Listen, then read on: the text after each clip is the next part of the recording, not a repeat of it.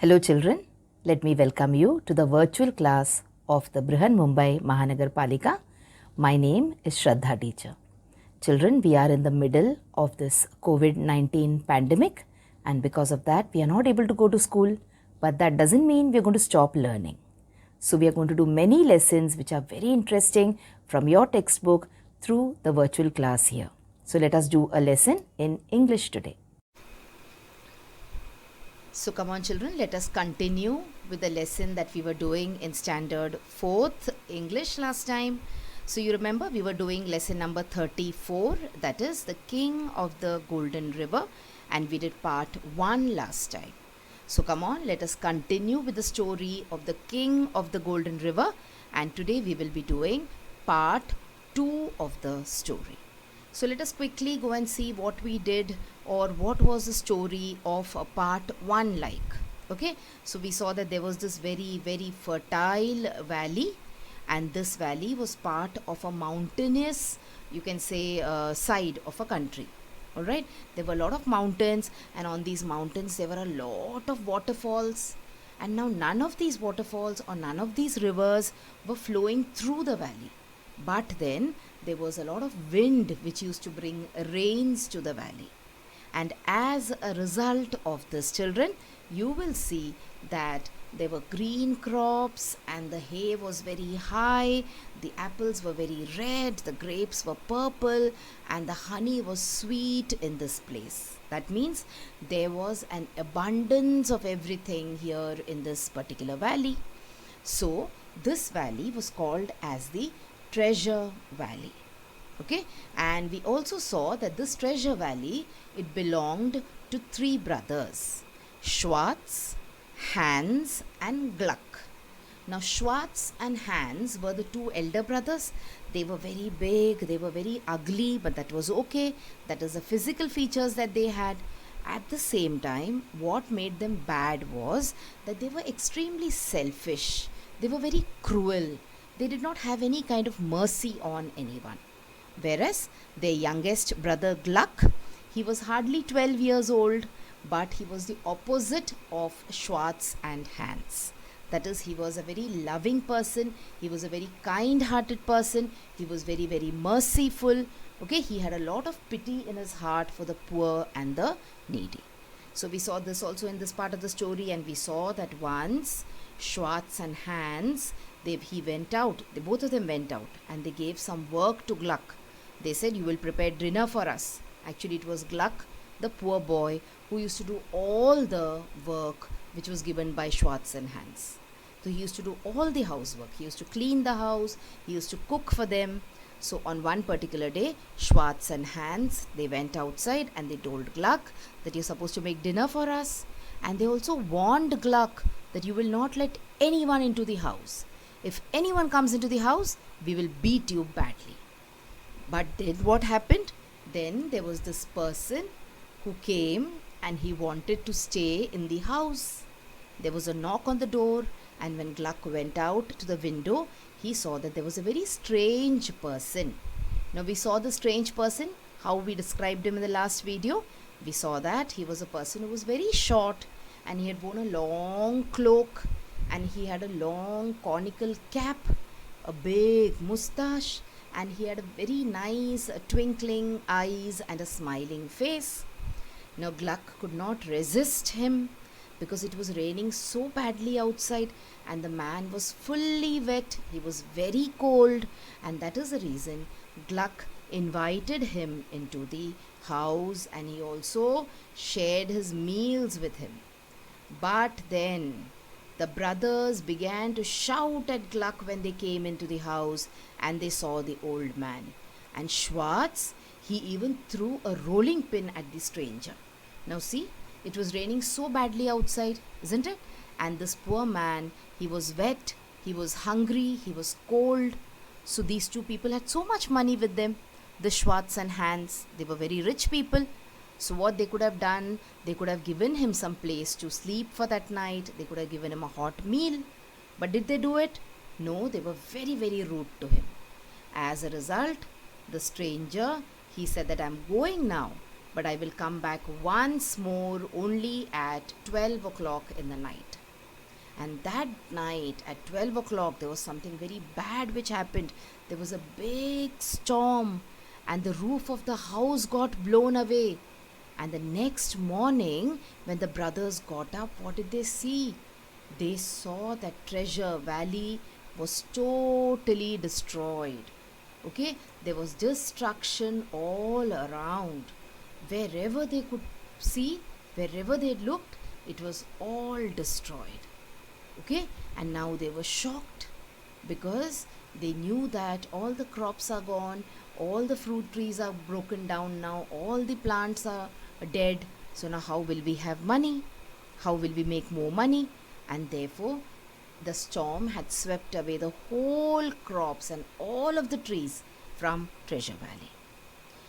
But they did find a visiting card on the table in the kitchen which said that the person who visited them was the southwest wind.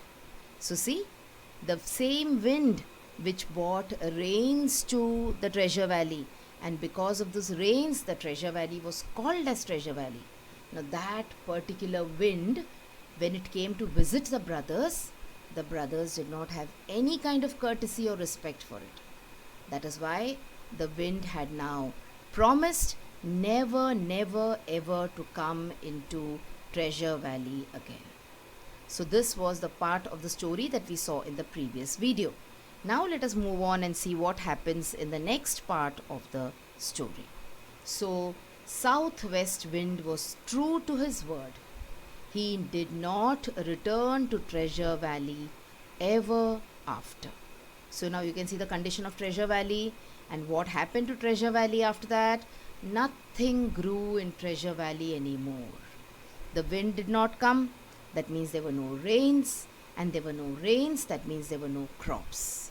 So at last you will see that the condition of Treasure Valley became such that it became like a desert.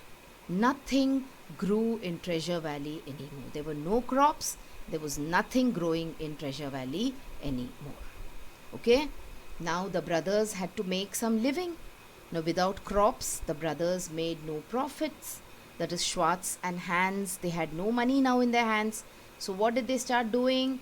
They started selling their gold in order to make money. But here also they were cheating. What they did? They used to melt the gold and they used to mix copper in the gold and sell it as pure gold. So see, here also they were not, you can say, honest. Here also they were wicked and they were cheating. So they used to melt all the gold that they had in the furnace.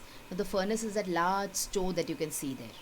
And once the gold melted, they used to add a lot of copper to the gold. And they used to sell this as pure gold and make money. Now this went on for a long time, and soon all the gold in the house was over. It was spent. Now there was just one thing remaining, and that was this beautiful golden mug that belonged to Gluck. Now Gluck's uncle had given it to him when he was a small baby, and Gluck used to drink milk and water both from this particular mug. There was a strange bearded face which was carved on the mug. Can you see the bearded face on the mug? It has got a beautiful handle. It has got a nice lid also. And Gluck was very fond of this mug, and he did not want to give this mug. But his wicked brothers only laughed at him, and they threw the mug into the furnace. So you can see that the mug also, they picked it up and they threw it into the furnace. And they asked Gluck to pour the gold when the mug was melted, and they went out to do some work. Alright. Now you will see that the mug has started melting. But after some time, when the mug started melting, you will see that Gluck sat down quietly and very sadly, and he saw that his mug was getting melted. But after some time, he began to hear a voice singing from the furnace. He slowly lifted the lid of the furnace, and what did he see? There was the face of an old bearded man. Here, can you see the bearded man there? And he said, "Come, Gluck, my boy, pour me out. I am too hot." He said, "It's feeling very hot here, Gluck. Come on, pick me up and pour me out." Gluck was too astonished. So he took hold of the crucible and tilted it to pour the gold. So he tilted it and he poured the gold, and then he saw a small golden dwarf come out of the pot. Can you see the dwarf here talking to Gluck? He said, "Pray, sir, were you my mug?" So Gluck is asking him, "Sir, were you my mug?" Now what does the dwarf return say in reply? The dwarf says, "I am the king of what you call the Golden River." So he was the king of the Golden River, and he was there in the form of a mug, a golden mug. Okay, and then he said that another stronger king had turned him into a mug by magic, and now Gluck had put him in fire, and that is the reason that he had become free of the magic. And then the dwarf, or the golden dwarf, he went on to tell Gluck another story. The golden dwarf went on to say that he had seen how kind Gluck was and how wicked and cruel his brothers were. Then he told Gluck a secret. He said, if anyone poured 3 drops of holy water into the river where it started on the mountain top, the river would turn to gold for that person. A person could try this only once, he said. And if anyone put unholy water in the river, he would be turned into black stone. So saying, the dwarf jumped back into the furnace and he disappeared. Alright, now after some time, the brothers came back, and when Gluck told this story to the brothers, they did not believe him at all, and they bait him. But Gluck stuck to his story. Finally, they believed him. But then they began to fight over who should get the first chance to go to the Golden River. So Hans started saying, "I will go." Schwartz started saying, "I will go." And now they started quarreling, they started fighting with each other. And this fight became so serious that the police had to come to see what was happening. And Hans, he ran away at the right time, but Schwartz was caught and he was put in prison by the police. Now see, if one of your relative or someone of you know happens to go to prison, you feel sad, isn't it? But then these two brothers were very wicked, they were very cruel like we discussed. So Hans was not at all sad. Hans was happy that Schwartz was now in prison. And what did he do? The very next day, in the morning, he went to the church. From there, he stole some holy water and he set off to the mountains to go to the river and try his luck. Okay, now it was not easy to climb the mountain. He was tired and thirsty after some time. Soon Hans thought that he would drink some of the holy water himself because it was very hot and he was feeling very thirsty. So he said, "I have to put only 3 drops into the river, isn't it? So let me drink some of the holy water myself." Just when he raised his flask to drink the water, he saw a little puppy on a rock. Okay, and this puppy looked as if it was dying of thirst. What did Hans do? Hans only pushed the animal away with his foot. He drank some water for himself and he passed on. Okay, he did not bother to give the puppy even a small drop of water. Now the climb became more difficult. After some time, Hans started feeling thirsty again. He was going to drink some more water when this time he saw a little child on a rock ahead of him, and the child was lying lifeless. That is, it was about to die. Okay, it was very hot and the child was very thirsty, and its lips were dry and parched and it was burning. But did Hans offer it a few drops of water? Not at all, because as it is, he was cruel. He did not have any mercy. So ignoring the child, Hans drank some more water himself and passed on. So you see how selfish he was. He was thirsty, so he was drinking the water. But when some other person was thirsty, he was not at all bothered about that other person. Now he moved on, and very soon he came across an old man. He came across a very old person who was very weak also. And he was screaming, he was crying for water. Water, said the man. Water, I am dying. So see, he would have lived if he had got a little bit of water from Hans. But did Hans pay any attention to him? He said, I have no water for you. He jumped over the old man's body and he went to the river. Now, the river was golden color, it was shining, and Hans threw the flask of water into the river. But the moment he did it, what happened? The moment Hans threw the flask of holy water into the river did not turn into gold. Instead, there was only a black stone where Hans stood. So Hans here, he changed into stone. Why? Because the water that he was carrying with him was unholy. It was water which was not offered to a dying child, to a dying old man, and to a hungry or thirsty dog. So this water was water which was literally useless. Okay, it was of no use to anyone. It was water which belonged to a selfish person. That is why the holy water had also become unholy. Now, Schwartz came out of prison and he took some of Gluck's money, and now he set out in order to try his luck at the river. So he brought some holy water from a priest. The same story was repeated. On his way, he saw the dog, then he saw the child, then he saw the old man. But then after all, he was Hans's brother, he was Schwartz. He behaved exactly in the same manner that Hans has behaved, and he also was turned into stone. Now both the brothers did not return from the mountains, and see, you will see that Schwartz also turned to stone. Both the brothers did not come back from the mountains, and therefore we had little Gluck who waited and waited, but his brothers did not return. At last, Gluck went to a good priest and he took some holy water from him, and Gluck decided to climb the mountains himself. As he climbed the mountains, he came across the same things that Hans and Schwartz had come across.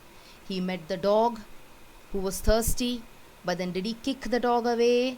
No, he gave it some water from the flask, and the dog was happy. He bounded away happily and he started wagging his tail. After some time, he saw the old man. He came towards Gluck and he asked for some water. Gluck saw that the old man was very pale. He was very tired. He was very thirsty. So he gave him the bottle of water. And the old man, he drank up a lot of that water. Okay? And he returned the bottle to Gluck and he said, all the best to you in whatever you are trying to do. Now, Gluck did not have any water for himself, but he said that I have to reserve 3 drops to put into the river. Okay, so he went on and on and on. After some time, he came across the thirsty child. Now, Gluck was very, very sorry for him, and he thought that it doesn't matter if I do not have water to pour into the river, but I should give water to this child first. And Gluck gave him some water. The child was very happy and the child smiled. He got up and he ran down the side of the hill. So you see, now Gluck has made so many people happy. Gluck has made this child happy. He has made this old man happy. He has also made this dog very happy. So the water which he is carrying with him is indeed very holy water, because it has been of use to some living being or the other. Now there were just a few drops of water left in the bottle. Okay, in fact there was hardly any water left in the bottle. And there he met the king of the golden river. Now there were just few drops of water left in the bottle. The king said that it doesn't matter. And what did he do? He plucked a few petals of the lily flower. Can you see the lily flower there? and there's a lily flower in the hands of the king also. And he collected some dew drops from the lily flower and he put it into Gluck's bottle. Okay, he said, now you go and you cast this bottle into the leaping river. So you can see the river there in the background, and there is a king of the golden river also, and he has given Gluck a few drops of water, because Gluck needs at least 3 drops, isn't it? He had a lot of water with him. So what had he done with the water? He had given the water to all the poor people he had come across when he was climbing the mountain to reach here. Okay, he had seen to it that no one is suffering. He saw something, some people suffering, he saw a child suffering, he saw an old man suffering, he saw a dog suffering. He tried to ease their sufferings. He tried to take their sufferings away. Okay, so now he got up and he went there and he cast the bottle, or he put the drops of water into the river. And what happened? What was supposed to happen? The river was supposed to turn golden for that person. But the river did not turn golden. In fact, what happened was something better happened. The river changed its course and it began flowing through the treasure valley. So you see, the river, it did not change into gold, but it wanted to change the treasure valley into gold again. So the river changed. There was no river flowing through Treasure Valley. I told you in the beginning of the story that there was not a single river which was flowing into Treasure Valley. It was the winds which was bringing the rain into Treasure Valley. Alright, but now we had this river which changed its course. It changed its path and it started flowing through Treasure Valley. So you can see the river there now, and Gluck is astonished. Gluck is surprised, and Gluck is also now very, very happy, because he knows that if there is a river flowing through Treasure Valley, it means that Treasure Valley will become rich once again. And the same thing happened. Treasure Valley became rich and fertile once again. Why? Because of the presence of the river, because of the presence of water. Treasure Valley once again started blooming. There were flowers, there were fruits, there were crops, there were grapes. Okay, once again Treasure Valley became like the old valley which it was. But there was a very big change which happened here. Now, Gluck and Schwartz and Hans, they were very cruel. They treated the people very badly. They did not even pay their workers. But Gluck was a totally different person altogether. He shared whatever he had with the poor and the needy in the valley. So, everybody in the valley was now really very happy.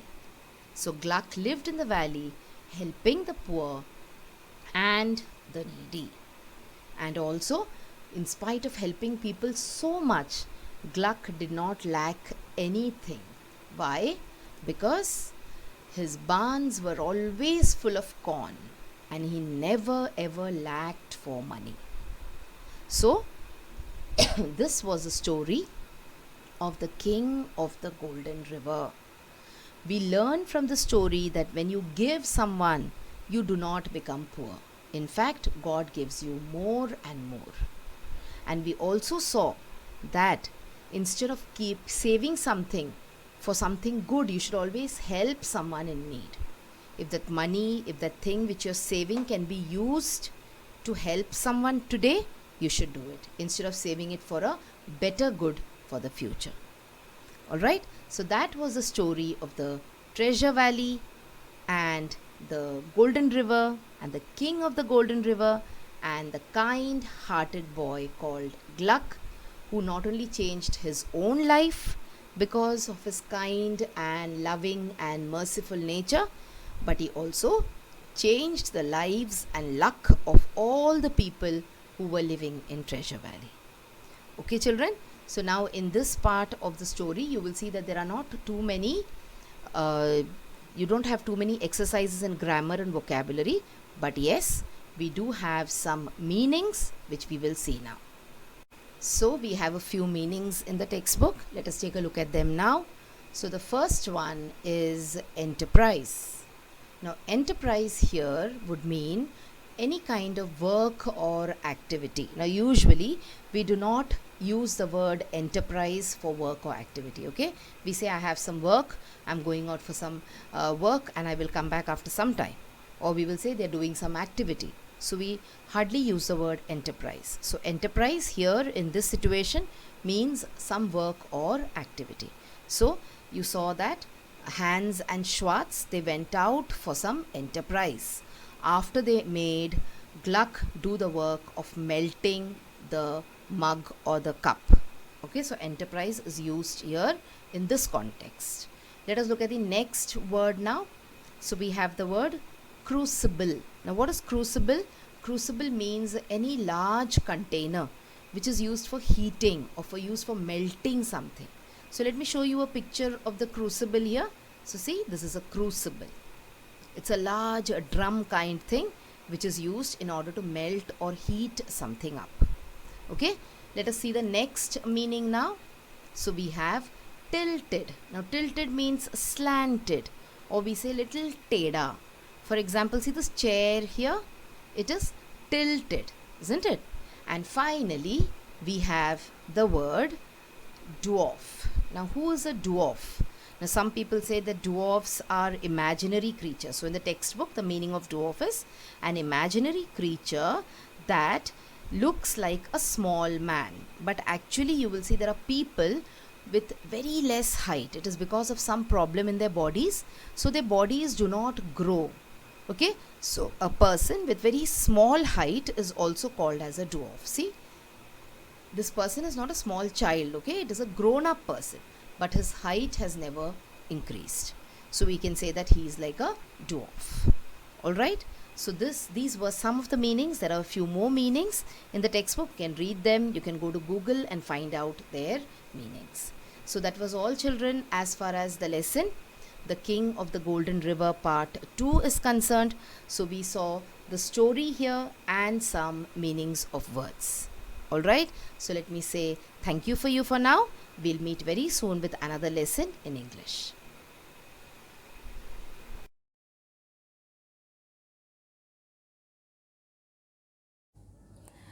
So children, wasn't that a very interesting lesson?